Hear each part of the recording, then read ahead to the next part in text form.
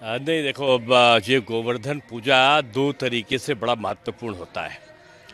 एक तो हम लोग की परंपरागत मंदिर हैं नाके पर, वहाँ गोवर्धन का बड़ा भारी भोज लगता है।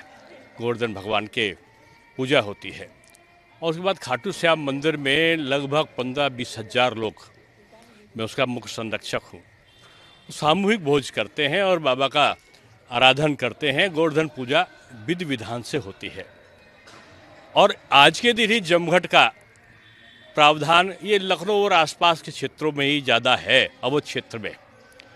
और कहते हैं कि बहुत प्राचीन है पतंगबाजी का दौर।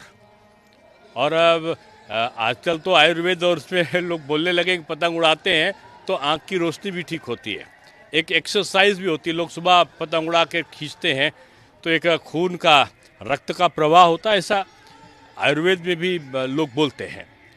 लेकिन लखनऊ का जो पतंगबाजी का शौक़ है वो प्राचीन समय, अंग्रेज़ों के समय से भी पहले था, बाद में नवाबों के समय हुआ और बाद में ये हिंदुओं के पर्व जमघट के रूप में ये होता आया है। ऐसे पतंगबाजी कई जगह होती है, आप देख रहे हैं कई जगह बदा लड़ रहा है, आपको लाउड स्पीकर सुनाई पड़ रहा है, लाउड स्पीकर से बोला जा रहा है। ये पुराना लखनऊ खासतौर से पतंगबाजी का केंद्र है। पतंग एक संदेश भी देता है। पतंग देख रहे हो आप, ये डोर, पतंग कैसे उड़ रही ऊंची है, ये डोर है, डोर के सहारे उड़ रही है और डोर जहां कट जाती है तो पतंग की ऊंचाई जो होती है वो फिर नीचे गिर जाता है।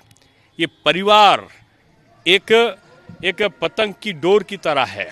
जो बुजुर्ग हैं वो पतंग की डोर है और वो जब हट जाते हैं ना तो परिवार का जो ढांचा है वो बिखर जाता है। इसलिए पतंग को हम जिस रूप में देखेंगे उस रूप में पतंग है।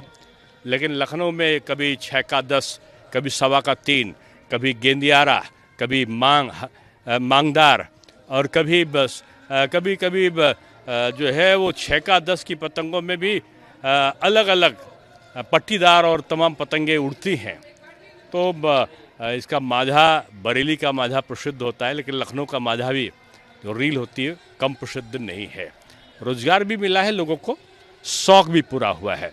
लेकिन जैसे जैसे आपका मोबाइल और टेलीविज़न हो गया तो ये एक दिन का त्यौहार बनकर रह गया।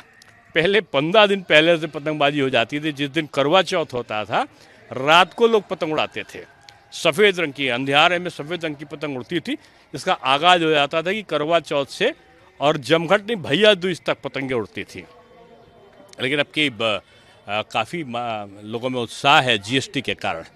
जीएसटी के दाम घटे हैं ना तो ये पतंगों के दाम भी घट गए, रील के दाम भी घट गए, तो अब के लोग ज़बरदस्त दुगना उड़ा रहे हैं।